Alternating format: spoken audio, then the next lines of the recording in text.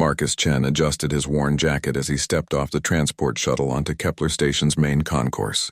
The bustling trade hub buzzed with the chatter of a dozen alien species, their translator devices creating a symphony of overlapping conversations in standard galactic.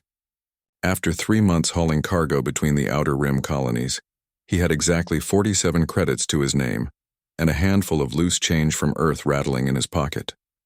The smell of exotic spices and recycled air filled his nostrils as he navigated through the crowd, dodging a group of tall, crystalline Vorthak merchants and stepping around a cluster of furry Tellurian traders.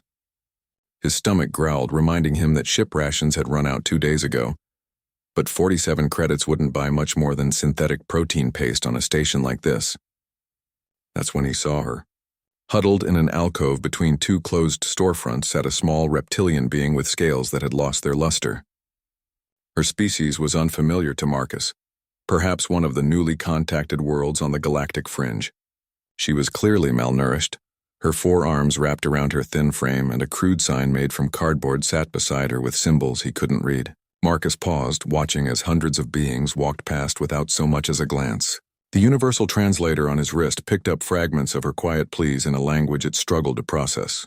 Even without understanding the words, her desperation was unmistakable. He looked down at his own meager funds, then at the alien's hollow, multifaceted eyes. 47 credits might get him a decent meal, but it wouldn't solve his bigger problems. He was already behind on docking fees, and his cargo hauling license needed renewal, costs that far exceeded his current resources. But something about her reminded him of his sister's daughter back on Earth, the way she'd looked up at him with those same desperate eyes when her parents were going through their divorce.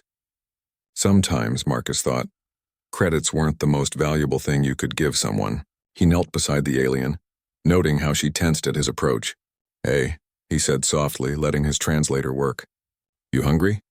Her response came as a series of clicks and whistles that his device rendered as, "Please, kind stranger.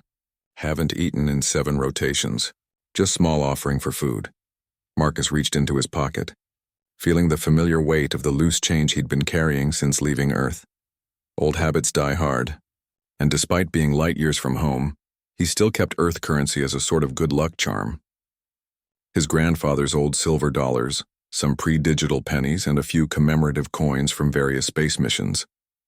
"I don't have much in the way of credits," he said, pulling out the handful of metal discs, "but maybe these could help somehow." The alien's eyes widened as Marcus placed the coins in her primary hands. She examined them with increasing amazement, her secondary hands trembling as she traced the raised surfaces. These are," she whispered in broken standard, abandoning her native tongue. "Impossible. Where did you get these?" Marcus frowned. "They're just old Earth coins. Been carrying them around for luck, but luck hasn't been working out too well lately. Maybe they'll work better for you." The alien looked up at him with an expression he couldn't quite read. "You don't understand. These aren't just coins. They're pure metals, silver, copper, nickel. And this one," she held up a silver dollar with shaking hands, "this contains isotopes that don't exist naturally anywhere but Sol system. Do you know what these are worth?" Before Marcus could answer, a commotion erupted nearby. A squad of station security, followed by what looked like high-ranking officials from several species, approached rapidly.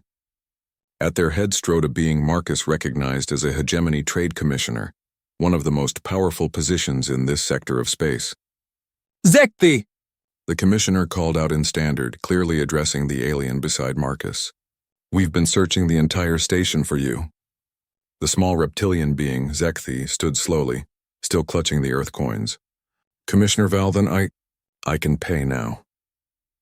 The commissioner's expression shifted from relief to confusion to shock as Zekthi held up the silver dollar. "By the void, is that?"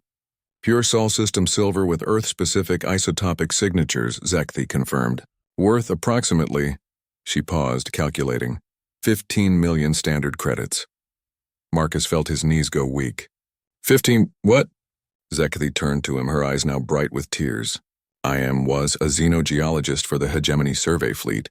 My research ship was destroyed in a solar storm 3 months ago, and I've been stranded here, unable to pay for passage home or even basic sustenance.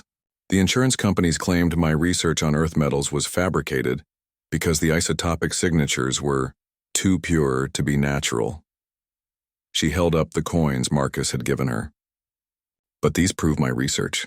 These isotopes form only under the specific stellar conditions of Sol, in the presence of your sun's unique solar wind patterns. Your species has been mining and working with metals that are literally priceless to the rest of the galaxy, and you carry them around as lucky coins. The trade commissioner stepped forward, his translator making his excitement clear. Dr. Zekthi, if you're willing to return to your research post, the Hegemony Science Council is prepared to fund your Earth metal study at full scale. And you, human, he turned to Marcus. Any more where these came from? Marcus patted his jacket pocket, still numb with shock. Yeah.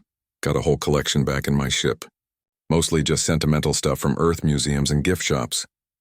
Gift shops? Zekthi repeated faintly. You buy priceless isotopic rarities at gift shops. The commissioner's mandibles clicked, and what Marcus had learned was the equivalent of excited laughter. Would you be interested in a position as cultural liaison between Earth and the Hegemony Trade Federation? I believe your species' unique perspective on valuable resources could prove enlightening.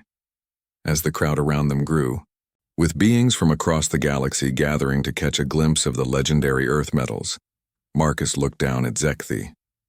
She was carefully wrapping the coins in soft cloth, treating them like sacred relics. Keep them, he said quietly. You need them more than I do. She looked up at him, her translator struggling with the emotional undertones of her response. Your species gives away treasures to strangers without thought of profit. No wonder your metals are so pure. Your hearts must be the same way. Marcus smiled, thinking of the hundreds of similar coins sitting in collections across Earth, worthless to humans but apparently priceless to the galaxy. Humanity's greatest treasure, it seemed, wasn't in what they valued, but in what they were willing to give away.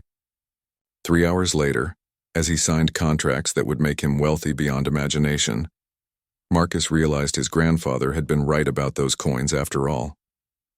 They really were lucky, just not in the way he'd ever imagined.